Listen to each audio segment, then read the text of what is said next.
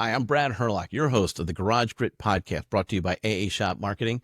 And today we're bringing you another Origin and Impact series, another fun story of how somebody got here, right? How they got to this point in their life with the shops that they have.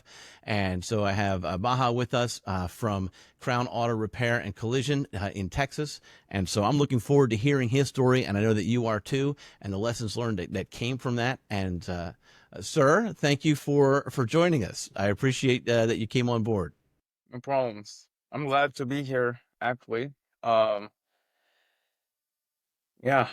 Um, Okay. All right, good. No, so I'm glad that's good. I appreciate it. And just full disclosure, everybody, we've already kind of had a conversation, the two of us, and we were even joking about calling each other Sir versus Mister and old souls, and so and how the different regions of the country. I'm from Pennsylvania area, and there are times when you can really offend somebody if they call them ma'am, and so I was kind of just like coveting might be the wrong word about the culture in the Texas area of the sir and ma'ams, but I really appreciate and respect that aspect that you have going on down there. So, all right, so why don't you tell us a little bit about your shop and what you have going on? sure. So we are here in the Sugarland area, Sugarland, Texas. I'm located at the Crown Auto Repair Shop. It's about a 6 bay shop, with you know, 5 lifts and 1 alignment machine. And we also do body work here as well. So it's both auto repair and body shop split in. So it's 11 total spaces for car repair, Yes. or okay, and plus a paint booth, or is one of those spaces the paint booth? One of them is a paint booth. Yeah. Okay, all right, good. All right, keep going. And we have about 4 body man and 1 painter, and we also have about 5 mechanics. They can all do alignments, so we don't have a designated alignment person. That's pretty much it. And the shop has been getting extremely busy. I know a lot of people nationwide have been either complaining they're either too busy or too slow. We have been busy. We've been blessed. A lot of word of mouth, a lot of marketing in place, and that's pretty much it. We have 2 service advisors, and that's pretty much it. Pretty small team, but we make it work. So two service advisors for both sides of the shop. Correct. Yes. Okay. That's got to be interesting because they've got to be cross trained on how to the conversations that you have with somebody with regard to, say, insurance is massively different from the conversations that you're going to have with somebody about why they need the better brakes, right? Or why they actually need to have this water pump replaced now as opposed to after they get stuck on the side of the road and then take part of your towing company. But you do also have a towing company, right? Yes. Yes, we Okay. do. Yes, we do. Okay. All Um, right. And how many trucks do you have there? so the towing company, we have over 25 trucks. 12 of them are light duties, and the rest of them are heavy duties. So we do the 18-wheelers, the semi trucks. We do both mobile services, and we do the towing, the recoveries for them as well. Now, your shop you described. I mean, I didn't ask the size of the bays and whatnot, but the workspace for handling a large truck is remarkably different than someone who is dealing with a Correct. sporty sedan. So where do you take care of those vehicles? Yeah, so we actually send those over to the shop down the road that focuses Okay. more on diesel repair. We don't do those in-house, but that is part of my expansion. It's all in my mind right now, but one day it's gonna happen. Um, so my ultimate dream is to take everything in-house with my trucks and start fixing those internally, and not just fix them at my own shop, but actually offer that service outside to clients because we have major accounts. And I want to be able to like basically become like Travel Center of America, TA. So that's the ultimate dream. And where does that end? So I mean, is truck repair and diesel repair the next step, or is ADAS the next step? The one thing that I really like about the auto industry is there's no limits where it takes you, Mhm. right? When you start getting to something, and you're over it. You've set it up, you've established it. Now you have a team working it. Like, what's next? Right? That's always my question to myself. Like, what's next? Like, the shops, they got the shops to be successful. They're making money. What was next for me was the towing company. I've started that. I've expanded that. I have all my trucks. I've accomplished my dream that I had like 5 years ago. So now what's next? Right? And that's what I'm asking. Is it the trucks, or you haven't decided yet? It might be ADAS, it might be truck center and diesel repair, or maybe something third. To me, I think it's going to be the trucks. It is the truck repair shop. Because I mean, that's kind of, the towing company and the auto shop, that's like kind of where my heart is at. Um, and they're both extremely successful. And one way to expand on to what I have already, a better expansion would be, I believe, in my opinion, would be the diesel repair shop. That's number Okay. one. Yeah. Okay. All right. I mean, Is that's ADAS one in thing. your radar? Right now, no. Okay. Should it be? How Yes. about hybrids? How about electric vehicles? So yes, we do fix electrical vehicles here at our shop. We don't advertise it as much as we should. We used to, but we do fix hybrids here at the shop. We do have an electrician who's badass. I mean, coming from an electrical engineering background, when I first started, I was like, I have to get something with electrical, right, to kind of use my degree in. But I mean, we do have a guy that specializes. Sorry, I saw the eye roll, and my mind went right to like join the world of college students, right, who aren't using their degree. All right, Yes, so yes. yeah, all right, so we're gonna talk about that in a little bit. All right, so now, but I'm wondering, let's advertise the electrical side. Let's advertise the electric car repair. Let's advertise this, and I haven't looked how close Tesla is to you, but uh, but you said it's because you have one badass tech. What if he goes to a different shop? Down. That's the issue, right? You Yeah. always have to be kind of prepared when it comes to that. But fixing electrical or hybrids vehicle in general is not the bulk of my business. It's a lot of it is heavy line maintenance and things like that, right?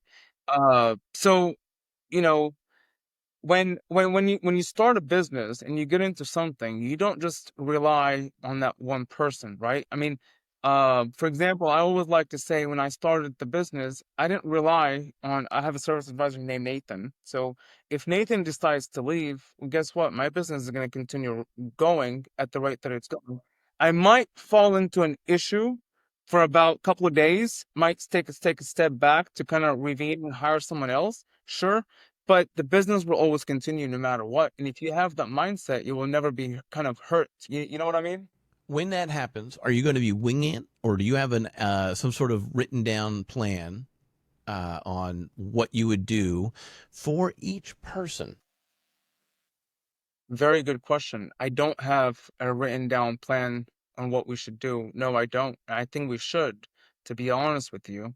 That comes with pre-planning. I don't have that. No, what I usually do is just, okay, we lost someone. We don't usually lose a lot of people instantly. Like, we don't usually lose a lot of people, but that is very good question to kind of have my mind kind of opened up to that right now.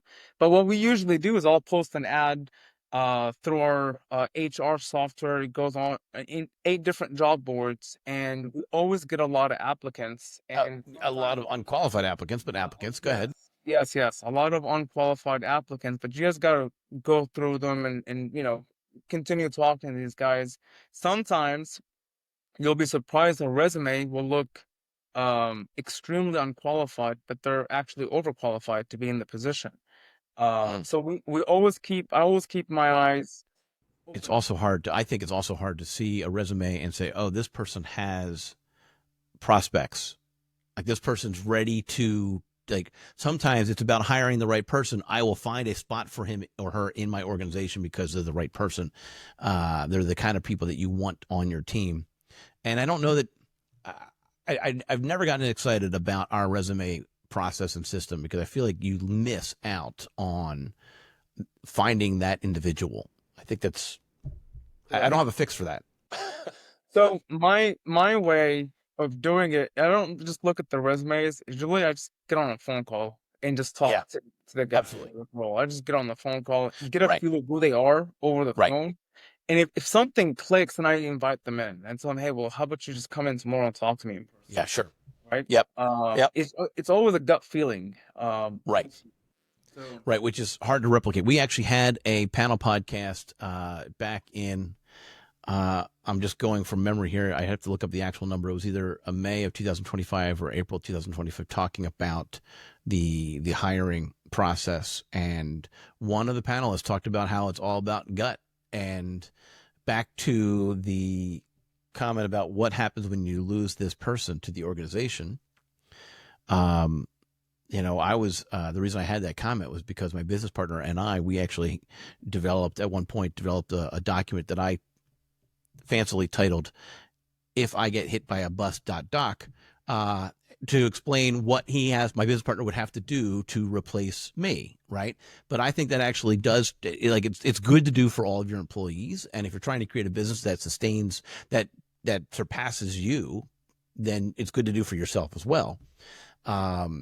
And that's why I named it "If I Get Hit by a Bus." Of course, the likelihood that I would get hit by specifically a bus is even lower than just my own demise. But that was kind of the fun of the titling. But yeah, no, I think it's a good exercise, and it's time consuming to do it. And then like we just talked about with the resumes, like, yeah, there's no real good way. There's probably applicants in there that were the right people, but we'll never know because their resume was so poor. But you don't necessarily hire a technician to write. And so, like, so it's an interesting thing. But yeah, so how would you replace your gut is a follow-up question for you to think about. Because if it relies on your gut, you can't go to the beach for 3 months. correct. No, So you're 100% correct. The one thing that's good about us is it's me, my dad, and my brother, right? If one of us is gone, it's the same gut. it's the same gut, right? Okay. We all have what's the best of the interest is the business, right? Right. Now that reminds me of a shop in Ohio. They need more technicians, but they're just going to have to wait until their 2-year-old becomes 16, because they're a large family business. But you're saying something that's 100% needs to be done, and right now we're not doing it because it's Yeah. always been the gut, right? Okay. All right. And it's always been the gut, and we hire on the spot, and like, okay, just get to it, let's go. Yeah. Yeah. And if it doesn't work out within a week, I'll let them go and find the next. Well, good for you, because that's a mistake that a lot of shops make, is they hold on and try to people for too long, and try to make it work. And I applaud the compassion side of that, but at the same time, is there a balance between or is there a way to be compassionate as well as not hurt your business, as well as not hurt the shop? So it's always going to hurt the shop, because I've been there, I've done that, right? I've held on to people for 2, 3, 4 months, and same results, if not worse. And I'm like, no, they have a family. I need to keep getting them paid because they need to support their family. But what about my family now, right? What about who's gonna pay the shop bills when my shop was failing 2 years ago because I had the wrong people in here? What about me? And that was the turning point of what I was thinking. My shop never failed, but I saw the trend. I was like, it's gonna get to that point. So that was the turning point. We're having to basically revamp, redesign, and remarket the shop. I'm sorry, rebrand the shop, and then change the process that we had in place to make sure that we are successful. And here we are today. We are very successful. I mean, if I open up another shop tomorrow and I implement the same strategies that I have today, I mean, that shop would we start getting customers from the first day that we implement our Okay. right? I like that. And so, it kind of made me think about what you were saying about the expansion of your vision, right? And you're thinking about going from repair, right, to now to body, and then to truck and diesel and towing, and like all these different separate verticals, but related verticals, right? So, um, but I never heard you say, now that I have this repair shop or this body shop wired dialed in, I'm going to go open 17 more repair centers in the same format. That wasn't, so that's a common expansion technique, right? It's just, I'm just going to open up more locations in more places. And I've heard stories where they've loved it, and I've heard stories where they said, I loved it, got tired of it, sold it, and now I'm back down to one location. So I've heard all sorts of different stories on that. And I found that interesting that you didn't go the route of, let me just open up 17 more locations, or 2 more, 3 more, 5 more locations. You went, let's go. Correct. Correct. And the reason why I say that is anyone that's even watching this and does have a heavy duty line like shop that works specifically on diesels will know that the ticket size on diesel repair is almost double or triple ticket size on light duty, right? And so we do mobile repair services on the 18 wheelers and the heavy duty side. We do we have 3 mobile trucks that we work out of, and our average ticket for that is like $1,200 uh per truck that we work on. And I'm like, if I really do want to expand into more locations, it won't be on the light duty side. It'll be more on the heavy side. That's why I need to get my first location up and running on the 18 wheeler side, for truck and trailer repairs, and then from there, yes, I would be looking into opening up multiple locations. Like I gave you the example of Travel Centers of America, which is a huge truck stop Yeah. nationwide, and do fix those trucks, right? And that was the idea. Um, So I don't know. I'm thinking about this, and tell me a little bit. You said your average ticket was 1,200 on the heavy duty side. I work with repair shops whose average ticket on the light duty side is higher than that. So maybe we need to talk a little bit about Sugarland, and about the, what is it? It's a suburb of Houston, or is it considered part of Houston, like a section of Houston? Suburbs of Houston. But I mean, when we're talking about the average ticket, we're talking an average maintenance ticket. This is not a actual, something breaks down, you're going out and fixing it. No, this is go out, change oil, uh, maybe change an air filter and a fuel filter, right? Uh, some very small. You wouldn't even come close to it on the light duty side. Uh, but an average like major job, we're looking about anywhere from $5,000 to $10,000. I mean, we've done work that's worth like $25,000 with one ticket, and the profit margins are a lot higher than it is on working on a 2016 Toyota Camry, for example, right? Yeah. Yeah. And is that going to be protected, or is there going to be eventually a race to the bottom? Is there going to be another truck and diesel shop opening up at half the rate because they can? To be honest with you, I believe it's always protected, because diesel mechanics are very expensive. That's number one. So diesel mechanic is not gonna accept 25, $30 an hour, right? And so if they do, then we have an issue. Um, then I think, but it's also, I think diesel mechanics also have, they're treated a bit differently than light duty mechanics, but also they're hard to get. That's number one. But the main thing that I really want to go out there is they take a lot of pride in their work. They take a lot of pride in their work, and they're not going to do anything for cheap. They're just not going to.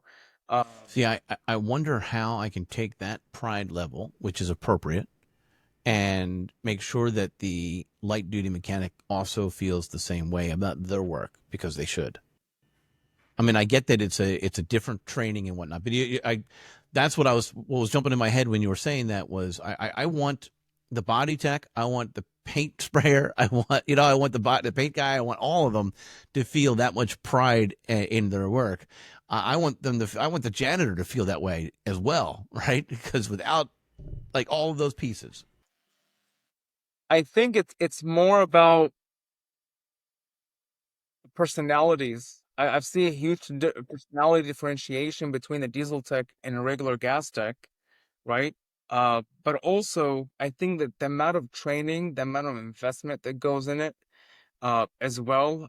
Diesel tech, I think, is a little bit more dedicated, uh, to their work. To be honest with you, I have a lot of light duty techs that I deal with every day, and I love them. They do a great job. I would never get rid of them, right? But my diesel techs is like it's a less of a hassle to deal with. To be honest with you, they're a little bit more of a drama queen than these guys. But they get, I Okay. mean, they get it done. They look at detail, right? They look in extreme detail, and they actually come back and say, "Hey, I can't do this job. If we're not going to do this, I can't do it for that." I mean, it's just a completely different personalities. I really don't know how to put it together, but it's just different. It's two different worlds. So, uh, you mentioned the high maintenance aspect of the diesel tech. Um, and one of the suggestions that we got earlier this year was that we should do a panel podcast where we'd have three different shop owners just talking about how they deal with divas on their team. And right, yes, and that's the response that I get from everybody, and yet no shop owner wants to actually put it on the table. I put their name with here's how I deal with divas, right? So it's a fun topic that I can't find people. I'm still looking. I want to find three shop owners who want to be plain spoken to other shop owners on this podcast. And of course, it's not exclusive. Technically, your employee could listen to it, but it's how to deal with divas. Yes, Yeah, because that would be really funny. That would be right. I'm all in. Oh, I you're going to be on that have a lot panel. of them. I have All a right. lot of them, and sometimes, I mean, I treat each person a bit differently. You gotta treat someone like a baby. You gotta treat the other one like, like he's family, like he's in your life. I'm talking about like he just replaced, like he's your A new how girlfriend. do I put this? Yeah, like for real. It's different, and each person complains about things that should not even be talked about, should not be complained about. But it's okay. That's part of business. It's part of. I just deal with it and I laugh about it and I move on. Okay.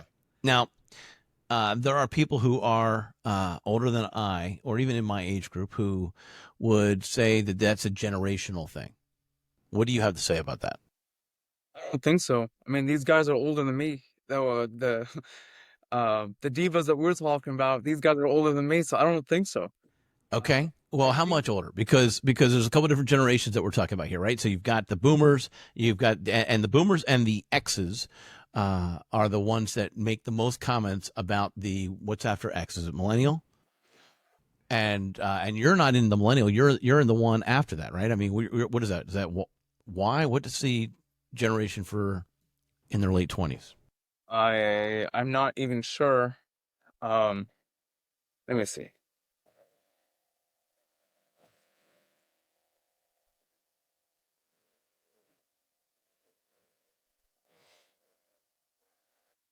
Gen Z's. The Gen Your Z. Z? Okay. So I mean, how you asked how much older. I know Steven is like 37, and he That's got millennial. and then you got another one that's how old is he? He's like 40 something years old. Damn. So that's the end of X, beginning of millennial. Uh, Okay. and I mean, Okay. they're ranging. You got some guys older than me, a couple of years. Right. Uh, so it Okay. ranges, I guess, for the different But your argument categories. was your perspective was that it's not specific to a generation. It's cross generational. It goes the gamut. Have you had any divas that are in their 50s or 60s? No, I don't think so. I think So some of it's them it older. potentially is more common once you hit the millennials, but it's not exclusive to, right? It's not, oh, this person's a millennial, they must be, um, or watch out for it because they probably are. It's not like that at all. It's just it different people were raised differently, and I do think that's part of it, right? Is how they were raised. Uh, is it appropriate to, hey, when you're talking to an applicant, say, hey, can I talk to your parents to see how they raised you? I need to interview your parents to see whether or not they spanked you. That would be funny, but I don't think that's legal. Right. Yeah. Okay. That would kind of tell a lot about somebody's personality, to be honest with you. Sure. Um, Sure. you know, Absolutely. I don't know, but that would definitely tell a lot about somebody's personality. I don't think it's an age thing. I think it's how did you grow up? How did your parents put up with you through adolescence? Like, what did you go through in life that got you um to to to this kind of living, right? To this kind of approach about every single issue that you take, every single complex situation that you get into. I mean, example, like one of the towing jobs we had, it was very complex, and he calls me, he goes, "Hey, I can't do the job." And I said, "Okay, talk to me. Why can't you do the job? We are a towing company, and the truck needs to be towed. So what is it that you can't do it? Do you need more equipment? Do you need more supplies, more tools that I could like grab and come see you, drop them off at the location?" He goes, "No, I just gotta do this, I gotta do that, and I gotta do this." And I was like, "Okay, do you have everything that you need to do it?" He goes, "Yes." I'm like, "Okay, well, how about you do it? Or do you want me to come out there and just repeat exactly what you just told me on the phone to actually get the job done?" He goes, "No, I'll just go get it done." I'm like, "Okay." It was as simple as talking to him through the process of getting the job done. He's a really nice guy, very good, very smart guy, but Right. sometimes I don't know what it is. He's overwhelmed with all that needs to go on, and he needs someone to just kind of, because that's probably what his parents did when, and maybe it's a personality thing, or maybe it's actually a learning disposition, uh, but yeah, I could see that. That's how that was handled, and so I wonder often whether or not I make my own son figure it out, or if I just jump in and tell him how to do it. But I know that I've gone further than my wife to make sure that he just does it on his own, as opposed to having it done for him, right? And so, but I wonder, man, I'm really hopeful. But I can tell you this: what's interesting about, and I never grew up saying we're Gen X, we're Gen. He walks around saying, well, I'm Gen Alpha. I'm like, okay, whatever that means, that's fine. Then define it well. If you're going to wear it well. But we'll see. Anyway, okay, so let's dial back the clock real quick, and or let's kind of start where you started. How did you get into this space to begin with, and what was your first exposure with? Whether it was the wrench or the business side of things. Well, why don't you talk to me about that decision? And I imagine it was done with your brother in step. Correct, correct. All right. So why don't you talk to me about that real quick? Go So ahead. my brother, he started first. But we basically I went to Clements High School, and uh, we had a co-op class opportunity. You had to qualify to get in it. I qualified, and we got into that class, and basically, I'm like, okay, I get to leave for 2 hours. I go to another school, so you had to drive from one school to another school right after lunch. So you had like your sixth period, your seventh period kind of off. I'm like, oh, okay, I get to drive. I can go home if I wanted to, or I can go to class. It was like some, hey, let me just, get out of school card legally, get out of school card early, and just go blow off some time. And it wasn't that, it was an actual automotive class where they taught brake changes, oil changes, and it just opened up my mind on so many different levels, to where, oh, like, that's how an engine works, that's how a transmission works. Okay, what's how do your brake system actually work, and as I was driving, I mean, I was very quiet. Not quiet, but I was very like if I didn't know you, I didn't want to talk to you type person. I was very like I don't know, alone. Not alone, like I know I had a lot of friends, but yeah, like exactly, yes. If I didn't know you, I would never approach you and talk to you kind of guy. Uh, but when I got to know you, or like, we were very cool. Uh, so that right there kind of got my mind a bit opened up about what's like, how does everything around me work? It's not about just going to work or school and back. It's like there's things that you need to actually think about. How does a vehicle actually work? So I started thinking about that, getting more into the auto industry, and just it was a mind opener. So from there, I wanted another job. I was able to get a job because of that class at Discount Tires. So I actually worked at Discount Tires for 2 years. Best job in my life.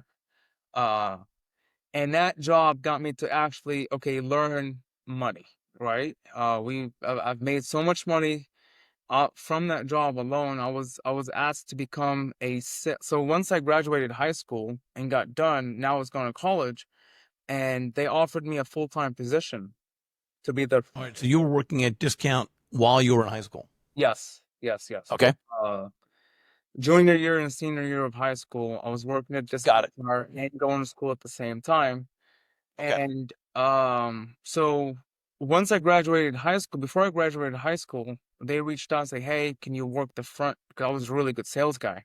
Because they had me at the air check station checking people's air.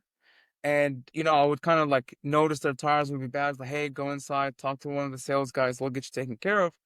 And they noticed I was doing a lot of that. So they offered me a full-time job paying me like almost 17, $18 an hour back For in as a high right. schooler. That's a lot of money. And we're Right. talking about, 6, 7 years more, maybe 8 years ago. Right. If not No, more. you told me your age. It was 10 years ago. Yeah. Yeah, 10 years ago. And 10 years ago, $18 an hour, that was a lot of money. That's Uh, right.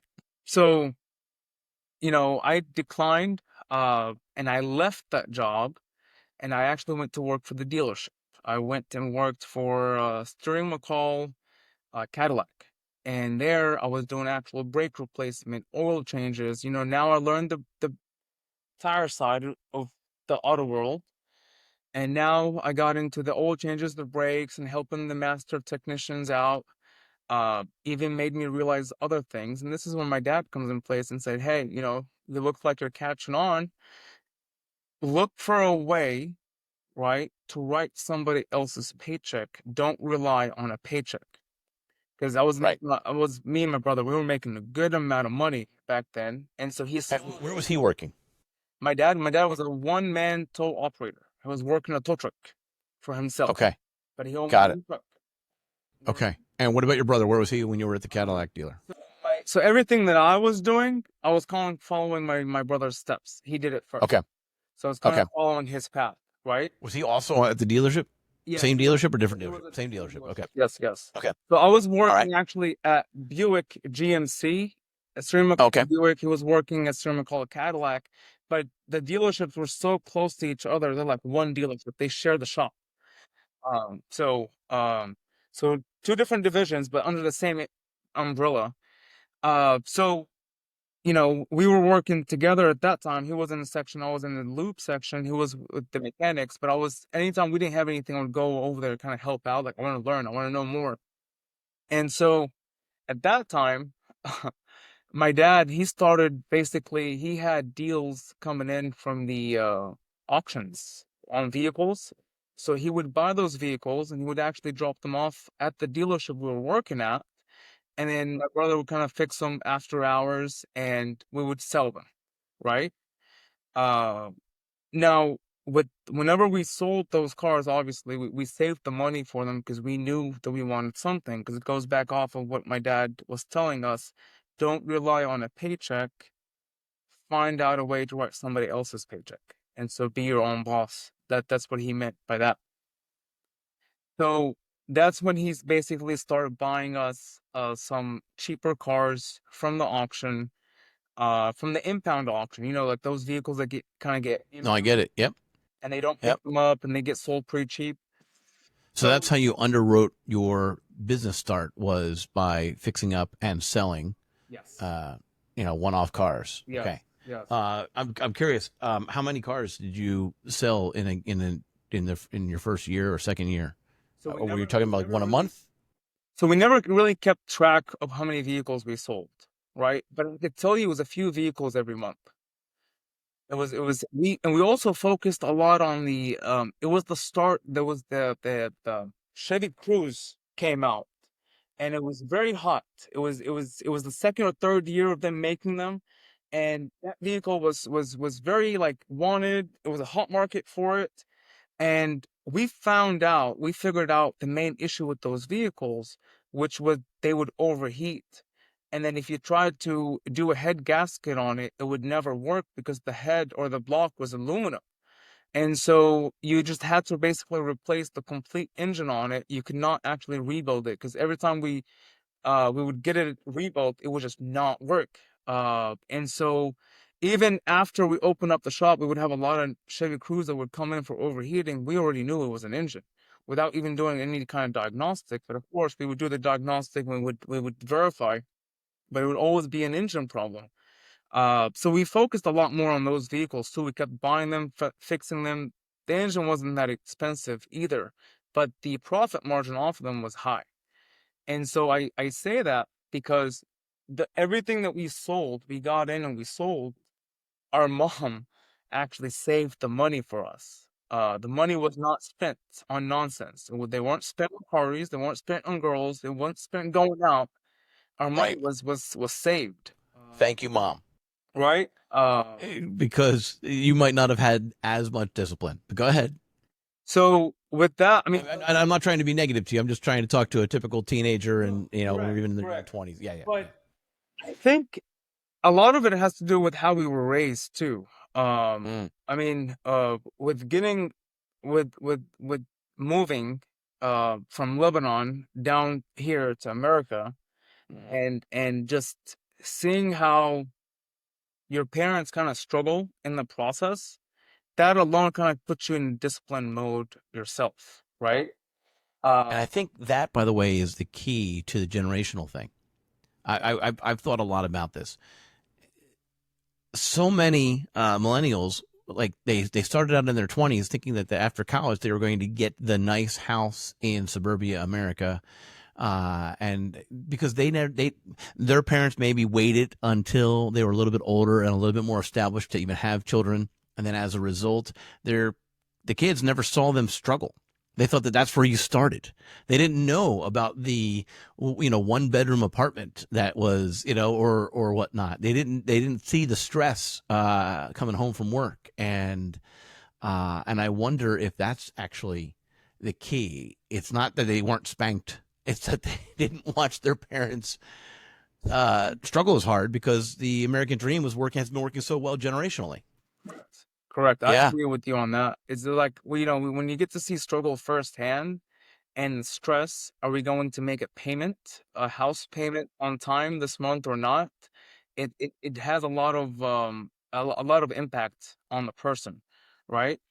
And so with that being said, that's why, we as a family, me, my brother, and my dad, failure is not an answer. It's not even an option. Like it doesn't even exist for us. So when somebody asks me, "Can you do this?" Yeah, of course I can do it. Even if I'm not sure, yeah, of course I can do it. You know, I Yeah. can always go figure it Yeah. out. What was that song from the 90s? That was just kind of repetitive and repetitive. I get knocked down, but I get up again. Right. I mean, like that's the mantra, right? Is that I don't fail, but I get knocked down and I just, keep moving.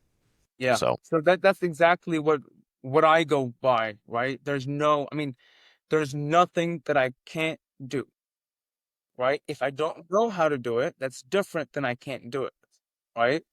And if you don't know, then you can figure it out. You could always figure things out.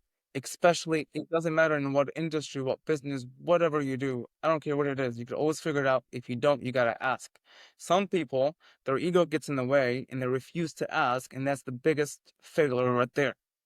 it's okay to ask. I mean, if people ask me, how did you get into the towing world? I'm like, first, okay, we got the shop up and running. It was successful, and then I needed a next challenge. So my dad comes in with the idea, say, hey, let's bring back the towing company, right? And I started. We got our first truck, and I didn't know. So I was asking him, and I was called other competitors. Actually, I called a friend of mine. His name is Roy out of Bintello Record Service. Another friend of mine, his name is Jesse. I don't deal with him a lot, but I would always call him, say, "Hey, I need your help."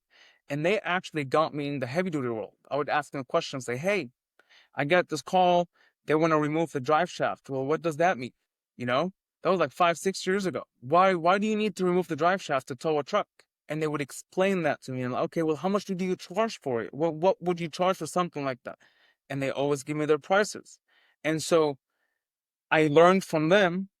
Yeah, and that wasn't a random cold call to that person. That you had established a relationship with them before, Yeah. and this was something that we said before we actually started to hit the record button, which was, uh, there's plenty of cars, there's plenty of trucks. Exactly. We like even your most immediate competitor can be a friendly competitor, right? It can 100%. be. It can. Yeah, that's up to you. If I always You tell know, people that if you feel like your competition is a problem, you're in the wrong business because there's no such thing as competition. Because there's so much work to go around. You just need to know what to do and how to get it. And you need to go out there and get it. You need to figure out how to market your shop, how to market your whatever business that you're in, and go out there and get it. There's so many different marketing strategies that you could do to market yourself, right? yeah, yeah. Let me back up. So I think we skipped a we kind of we kind of paused on the timeline story. You're selling cars. Your mom's saving the money. How many years ago did your brother and your dad say, okay, let's just start a repair shop? And or was it the body shop first, or was it both? It was a repair shop. It was called Zach Auto Repair in Houston. That was back in uh 2018, the end of Okay. 2017, beginning of 2018. And you bought an existing shop. We bought an existing failing shop. He had no Okay. customers. His Yep. customer base was a lot of car dealers that were looking to pay about $50 to $60 an hour uh per job. And we we got in, and we kind of kept the same spectrum of his clients. And then we started basically charging more and changing the way we do things. And eventually we lost all his clients. But it was a failing business because he had no walk-in customers at all. Right. And so, um, man, it was tough. It was 6 to 8 months. We're not making any money. So how we got there, how did we buy the shop is we got all the money saved, and my dad, he had originally sold his house that he owned in Lebanon, and he got the money in, and we bought the house. I mean, not the house, the business. And now it was like his life savings. That house was his life savings. His Yes, 8 months without making any money at the shop, that was like he was getting extremely stressed out. I would think. I mean, he's running that money out, and that's At this point, was he still towing? no, he stopped Okay. completely. He was with Yep. us inside the shop, Yep. and he's completely stopped. So I was going to school. I was going to University of Houston at that time, at the same time, and it was very tough. And then eventually we found a website called Groupon, um, and we saw a lot. Yeah, biggest mistake of our life. Anyways, uh, we found Groupon. We found a lot of shop, and Midas was on there. Meineke was on there. All these big names were on there. We're like, oh, it must be good. We got it on. We put ourselves on there. They make 50% or 35%. 30, no, it was 40%. Now they've dropped it down to 35%, but we're not doing Groupon anymore. They had about a 40% split commission. So we get 60%, they get 40% off the deal. And then you had to basically do oil changes for like $40, $30, $25, even $20 oil changes. We launched that. We actually got a lot of customers from that. A lot of people walked in. Now, at that time, me and my brother were like the shop manager, the shop supervisor, the shop service advisor. We were like everything in one, right? And so we were using our techniques, the upsell techniques that we learned from Discount Tires and that we learned in the dealerships that they taught us. You know, we were applying those same strategies in our shop and we actually started making money. We actually started becoming profitable, right? From zero Okay. clients to some clients. All right. Well, it sounds like Groupon was not an ouch then. It sounds like it worked. In the beginning, it worked because we were okay with the, I like to call $40 is better than $0. exactly, right? It was Okay. some revenue coming in. The name Yep. was coming out there. We were giving such good customer service that people were actually returning for their bigger services. Okay. We started seeing the trend of our Google reviews going down because they got charged an additional $5 for their shop supplies or their taxes, or because they needed a drain plug, or we started seeing those bad reviews start coming in because what somebody had mentioned to me. I talked to another shop about Groupon at that time, and they said, "Well, hey, yeah, of course you're gonna get those bad reviews because you're advertising for the bottom feeders, so you are gonna get the cheap clients in, and when the cheap clients come in, what do you expect? They're gonna pay. They want the most for less." And so all of that started making sense. And then we So felt Groupon blew up your Google reviews. yes, 100. Okay. And so, at that time we were still threatened to turn off Groupon because it was bringing so much people in that we didn't want to suddenly be back at where we were at in the beginning. We didn't know anything about marketing, right? At that time. Then we ended up hiring a marketing agency. After a year and a half, we ended up hiring a marketing agency that we were paying about $800 a month to do a website and to make sure that we start getting some clients, right? No one told us about Google Ads at that time. No one told us about anything. Even the advertising agency didn't tell us anything. They just were more focused on a website creation. Hey, you got to have a website. Yeah, that's not enough though. Yeah. And I said, sure.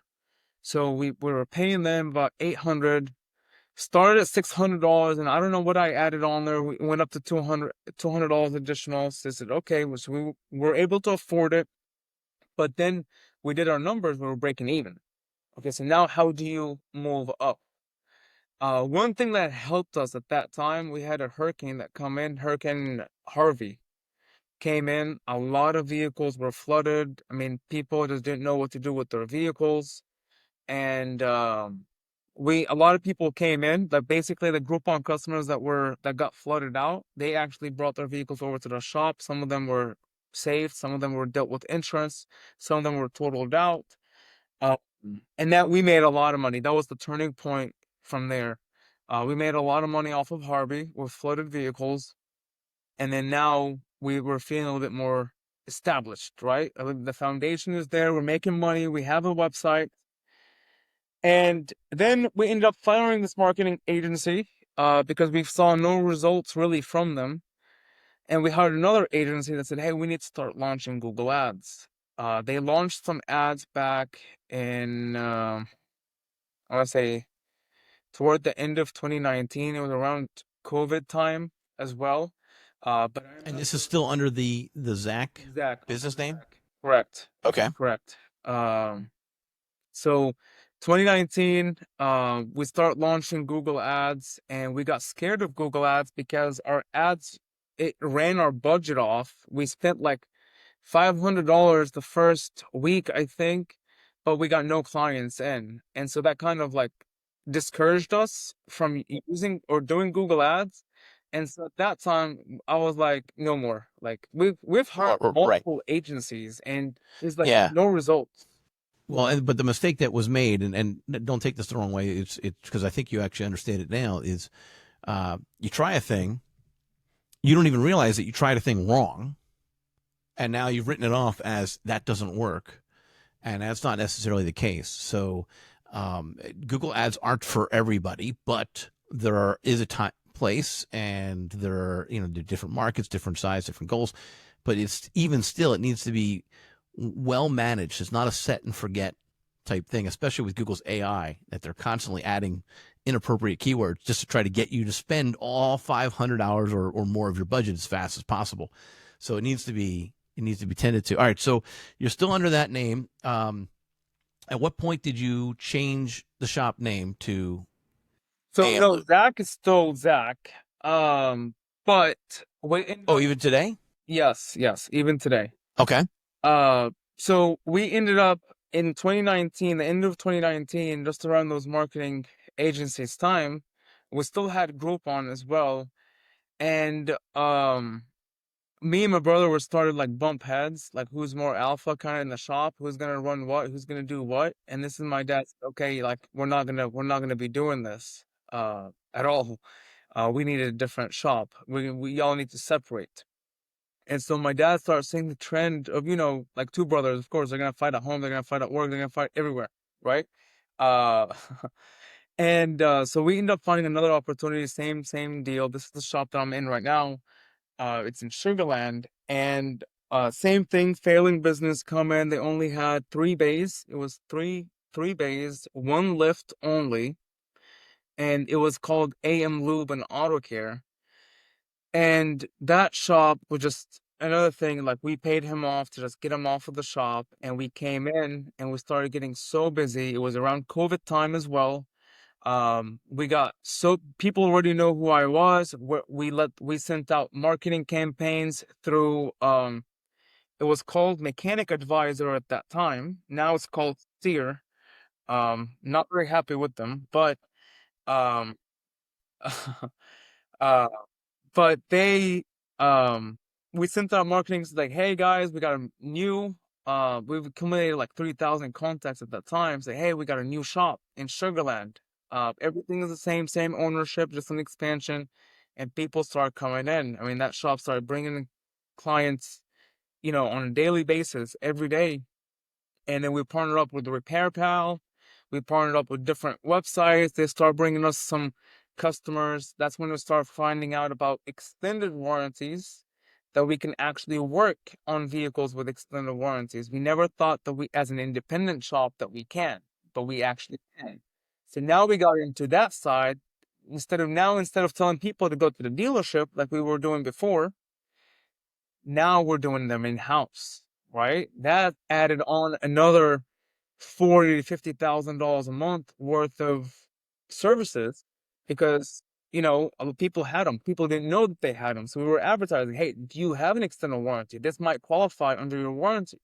And then they would call their dealership and find out their warranty if they had it. And believe all almost 95% of the customers that didn't know that they had a warranty on their vehicle. So we made them realize that, hey, maybe you don't need to pay, you just need to pay your deductible and move on. Um, so that was another way of to get more income into the And shop. how did you get the word out on that? Oh, just in person, whenever they would come in and say, hey, we're finding out warranties, we can work on warranties. Do you happen to have one? Right. And then just, after we do the initial inspection on the vehicle and see that they need, like, sometimes they would come in, axles need to be replaced because they're ticking, and, things that they're complaining about. Before I even try to sell it to them, it's like, hey, well, do you happen to have a warranty? Maybe the warranty will cover it. So that was another side of it. And then that's when I said, okay, we started getting a lot of customers. And then it was tough being here alone at the shop because I had to drive. So I was going to college at that same time. And I had to drive from the shop to college like 3 times a day. I had the morning shift, and then I had classes in the afternoon, and then I had the night shift classes. And so I would come in the morning, open up, I would leave, I would come back around noon, I would leave around 3, come back around 6, 7. I would make sure the shop is closed and drive back to the shop, drive back to college and have my last class. It was around like 8:30, 9 p.m. And I would actually stay there and just keep studying there, because if I got home, I wasn't gonna study, right? And so now looking back at what I actually did, I was like, how did I do that, right? Ah, There's no way. youth, Um, youth, yeah, youth. That's the answer. it was All tough. right. But that goes back to the point that I was saying. There's no is not an answer. When you've gone through all of that, and you've Yes. done it, it's like there's no obstacle that can come your way, that can actually put me down and say I can't do it. You just got to keep moving. So Okay. So did um, so your dad is a part owner and the Zacks and the Crown. so I'm sorry. At this point, AM Lube. so we don't say part owner. My dad is the owner, right? Okay. Got it. So because it's a cultural thing, it's a family thing. My dad, he owns everything. We just run and manage, right? But in realistically, it's all of us. Yep. We Understood that too. I get it. I get it completely. Okay. So, AM Lube is still a shop that's open, or has it been replaced with Crown Auto? And how did you get there? Car repair and collision. All right. So how did you get to that? I missed that step. I think as far as how that got phased out. That wasn't the Groupon issue. That was something else. No, that was the Groupon issue. So even whenever I thought the Groupon issue was with Zach's. so So you did Groupon a second time, even with your experience with Zach's. And again you had the bad reviews, and this time it was even worse. And you said, okay, it's easier to just reboot the brand, file with the state differently, and than it is to deal with the number of these reviews, which technically don't apply because the issue is price point and not service level. And you're trying to hone in on customers that want service as opposed to price anyway, right? So, all right, well, good. Okay, so how long ago did you make that switch? 6 months ago? Yesterday? about a year and a half ago. We Okay. started with the transition, but we made everything we're making everything public. We've made it public the past 6 months, so we're still working on all of our socials and all the social and citations and whatnot that are out there. correct, because it's still all over the place. But the main reason Like Yelp and whatnot. because our client base, main reason we wanted to change the name, not because of the reviews, but because our client base, they kept coming in and say, hey, well, I used to come in for a Groupon deal. Well, I understand, but no, now we don't have any more Groupon deals. So they still felt entitled to get a $20 oil change, when right now I will not even tolerate that, right? They were old customers, they're really nice, and I'm nice, and I don't want to keep saying yes, right? So now we're rebranded. This is under a complete different name. I'm sorry, yes, you were getting that deal with AM Lube and Auto Care, but we can't honor that deal under Crown Auto Repair and Collision. We just can't. It's under a different umbrella, right? That's what we tell them, and they're going for it. They know we're good people. We know we offer good service.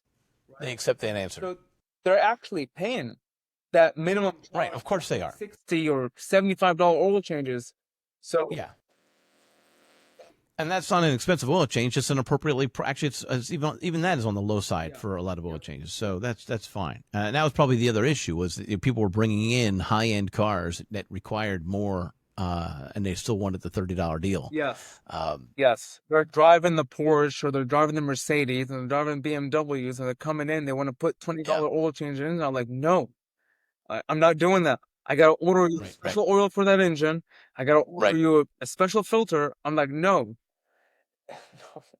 It's just the stuff that I would see just would really piss me off. But you can't, show them that you're pissed off about it. I personally find coupons and Groupons to be a hassle. I would have preferred to have driven a Buick and not needed the Groupon to be able to afford but that's just me. So, and actually, I'm not a Buick. I'm a Jeep guy. But even still, we have our own problems. It is what it is. So, okay. All right. So here we are now. And if I understand the footprint correctly, there's, in the family, there's 2 auto repair shops. Are they next to each other as far as market? Are they in the same market? Or are they in separate markets? No, separate. Or is he also in Sugar Land? So you got 2 in Houston, right? And then 1 in Sugar Land. One of them in Houston is mechanic and body. The one in Chicago, mechanic and body, and the other one in Houston, which is about, I'd say, 8 miles away from here, which is still within the same kind of region, but then he has a Houston zip code. That one Hmm. is more specific on our dealerships. So what we do is we buy the cars from the auction, we fix them at that shop, and then of course we'll Okay. resell. So I Okay. don't know if I stated, we do have 3 car dealerships as well. So Yeah. You did not initially, but or pre-recording you did, but not during this recording. So that makes sense. And that adds to the whole picture of what is being owned by the family. yeah. And it goes back to the idea of we want to capture all the aspects in this space, right? Are the dealerships used car dealerships or new car dealerships? Used car dealerships, All right. they're very successful. We started out with one small lot, shady looking car dealer, small mom, Yeah. bad, Yeah. Yeah. these bad reputation name kind of dealer. We Right. offered good service, but I mean, the stereotype, I right? I've seen them. Yeah. Yeah.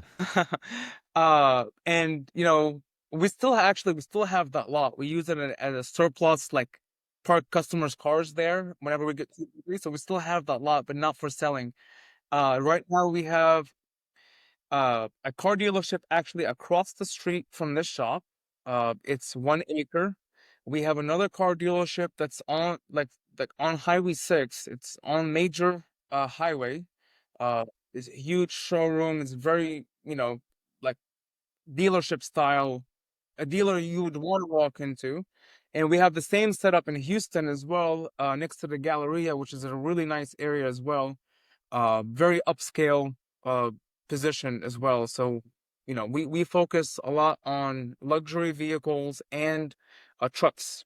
Okay. So And so, what are you doing right now for ADOS for calibrations and whatnot? What do you I do actually you take him. outsource that? I take him next door. There's a shop that has opened up in the past.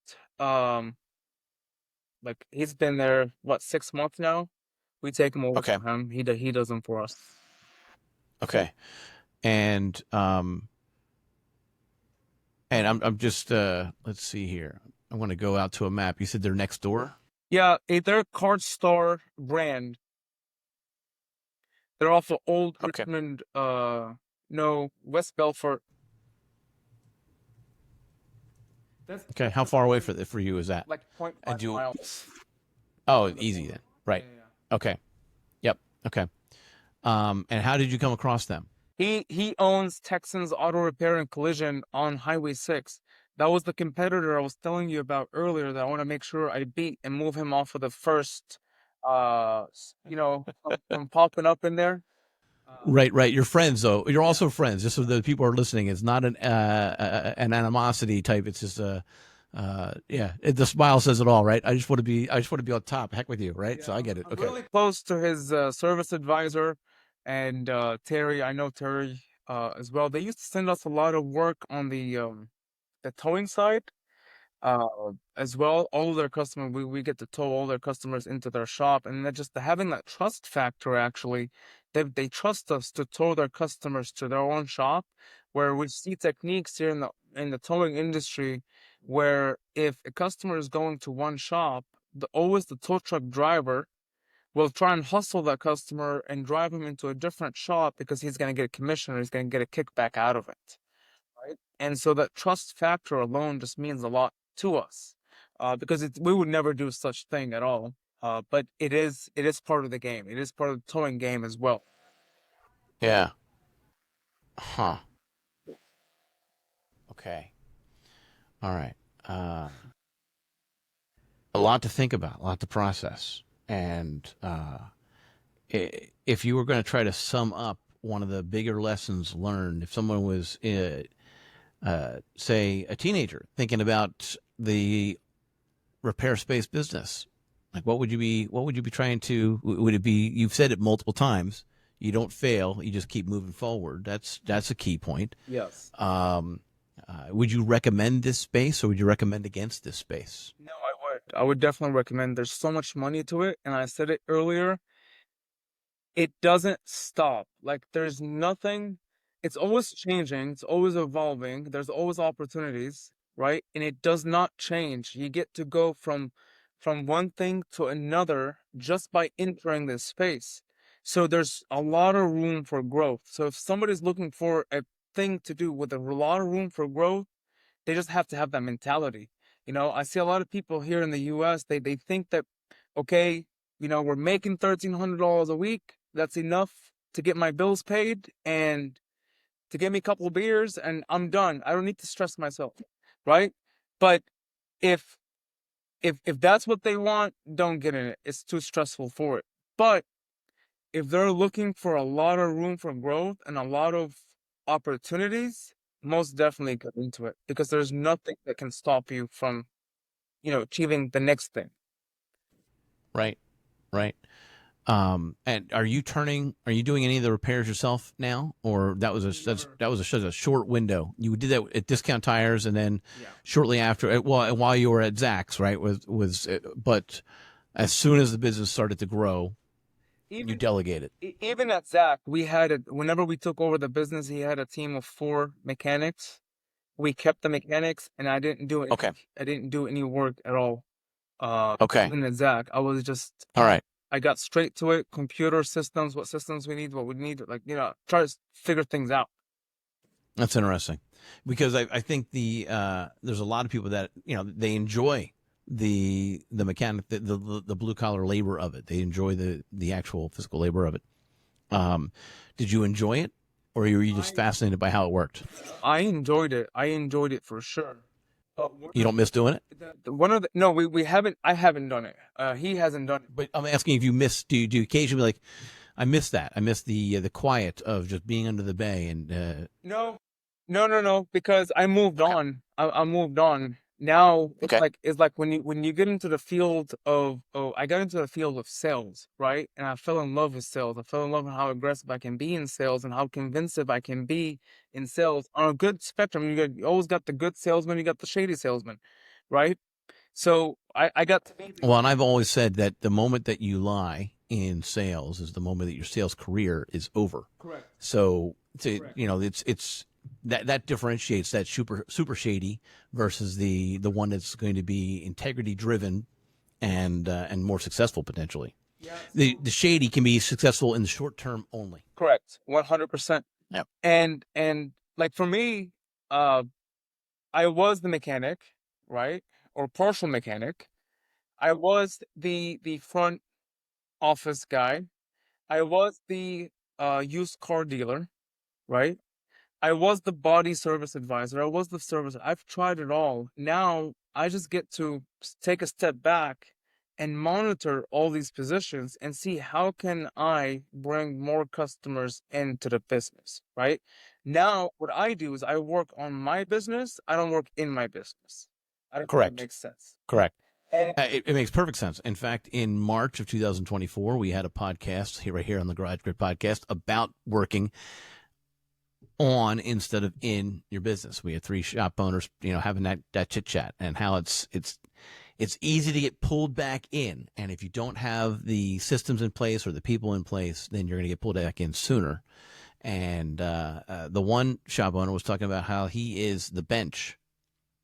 Right now, he's the bench for, so if someone is, we talked earlier about the technician that is specialist in the electrical side.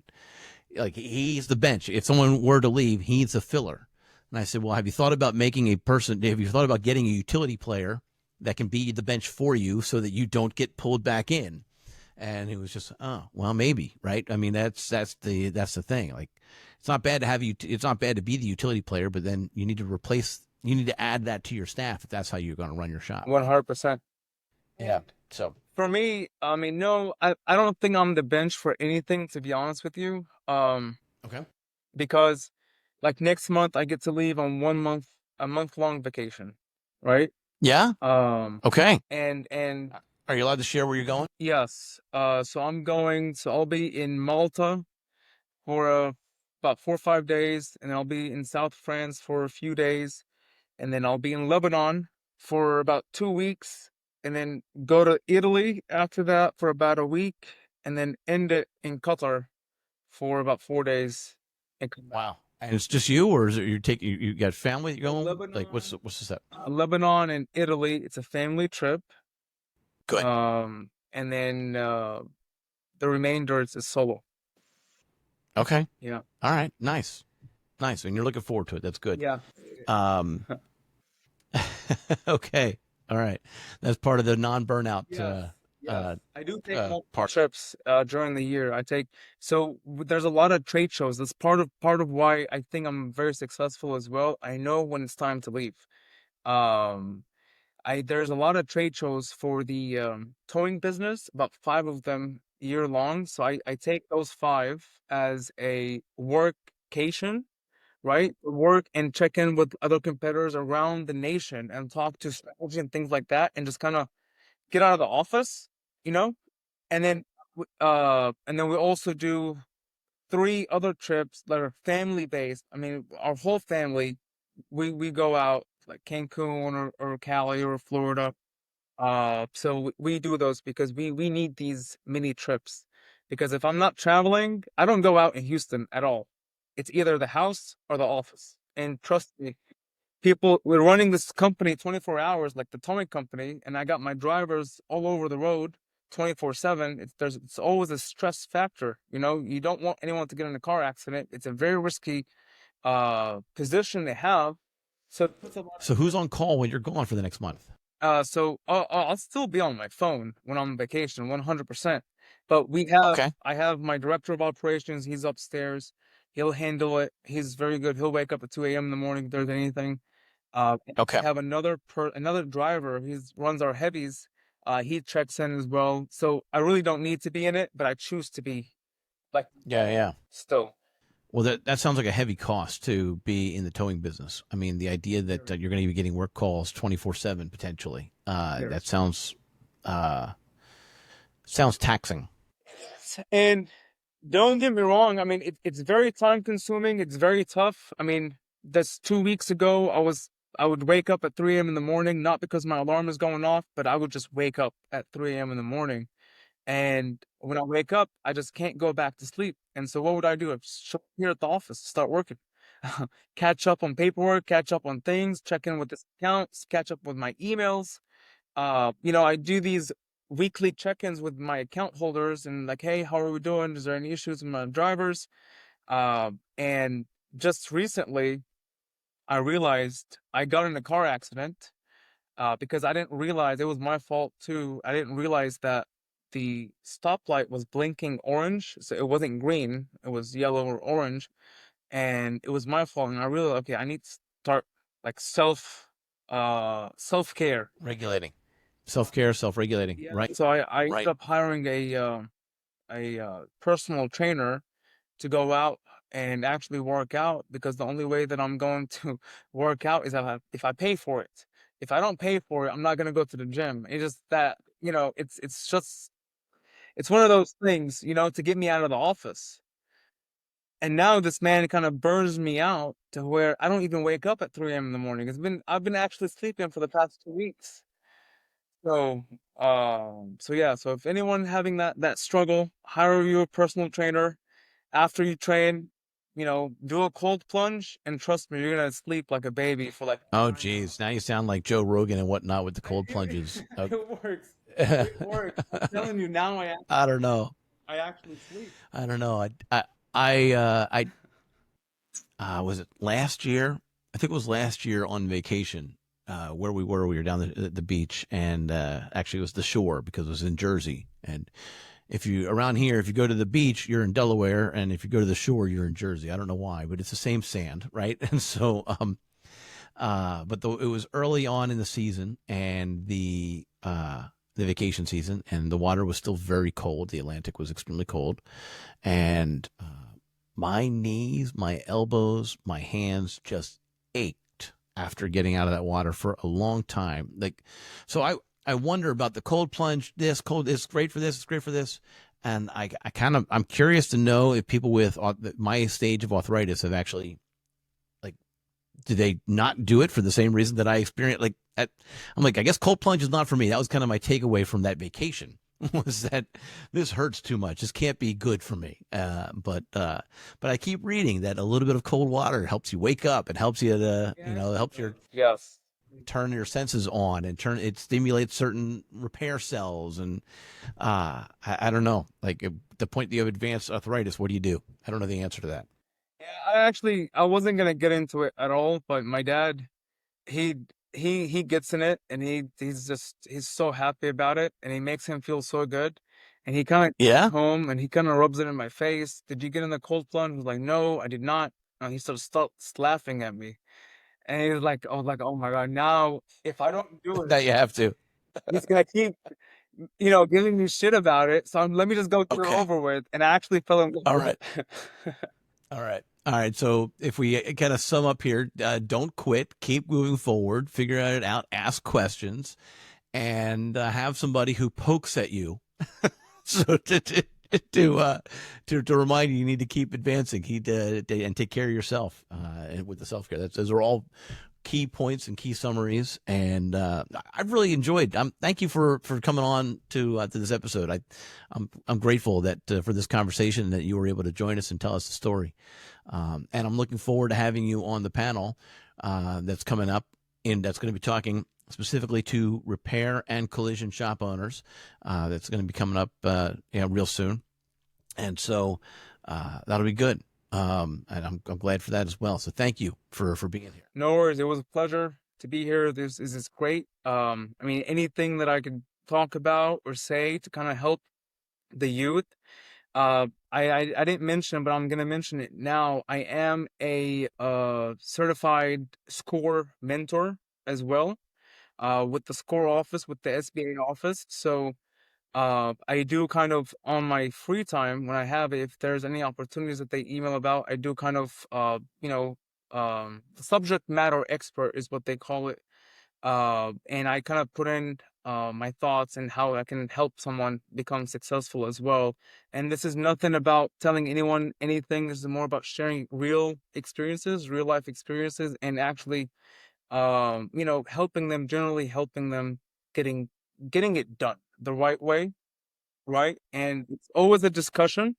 And so if there's anyone that I could really help out, I'll be more than happy to help. Well, I like that. So, I like that because that's the entire point of this Garage Grit podcast, this project that we're doing, and the sponsor of AA Shop Marketing. The mantra is, let's help as many shops as possible. Let's help as many shops win as we can, and that'll be enough, right? And so that's why we even have the Garage Grit Community Facebook group.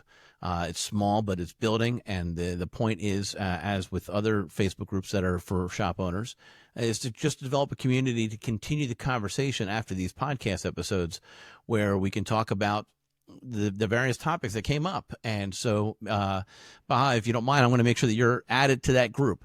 And I'm looking up right now. okay, I'm looking up right now. I Garage know there Grit was a Facebook group. Are you? Should I? So I can log in as the admin and make sure that that you get added. Yeah. Did you request a membership yet? Did you find it? Um, The URL is actually for. does it have two What's that? engines? Is the cover photo two engines in the background? Let's see here. It's the cover photo says the Garage Grit Podcast Forum. Okay, no. Not that one. Yep. You found it? Yeah. Let me sign in here.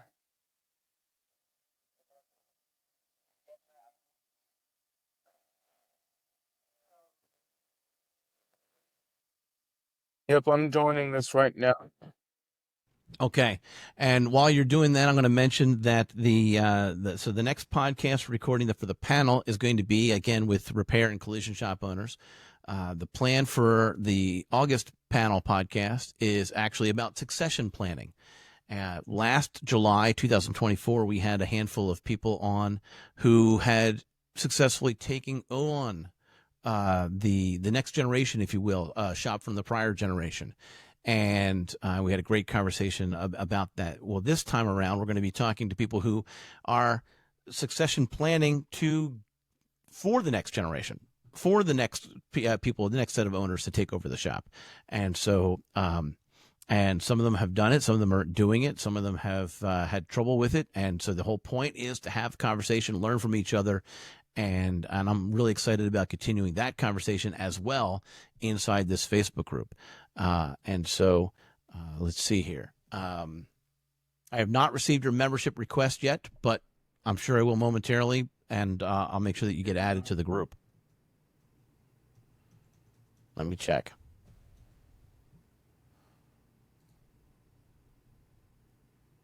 There you go. You've been approved. You're in. All right. All right. So thank you, everybody, for listening, and head on over. And by the way, we're dropping these episodes almost every single Tuesday. And so if you missed an episode, it's because you were not subscribing to the channel that you prefer. You need to hit that notification bell. You need to do those things so that you can get alerted and notified. One panel a month is what we're doing right now. And all the other Tuesdays are these great Origin and Impact series.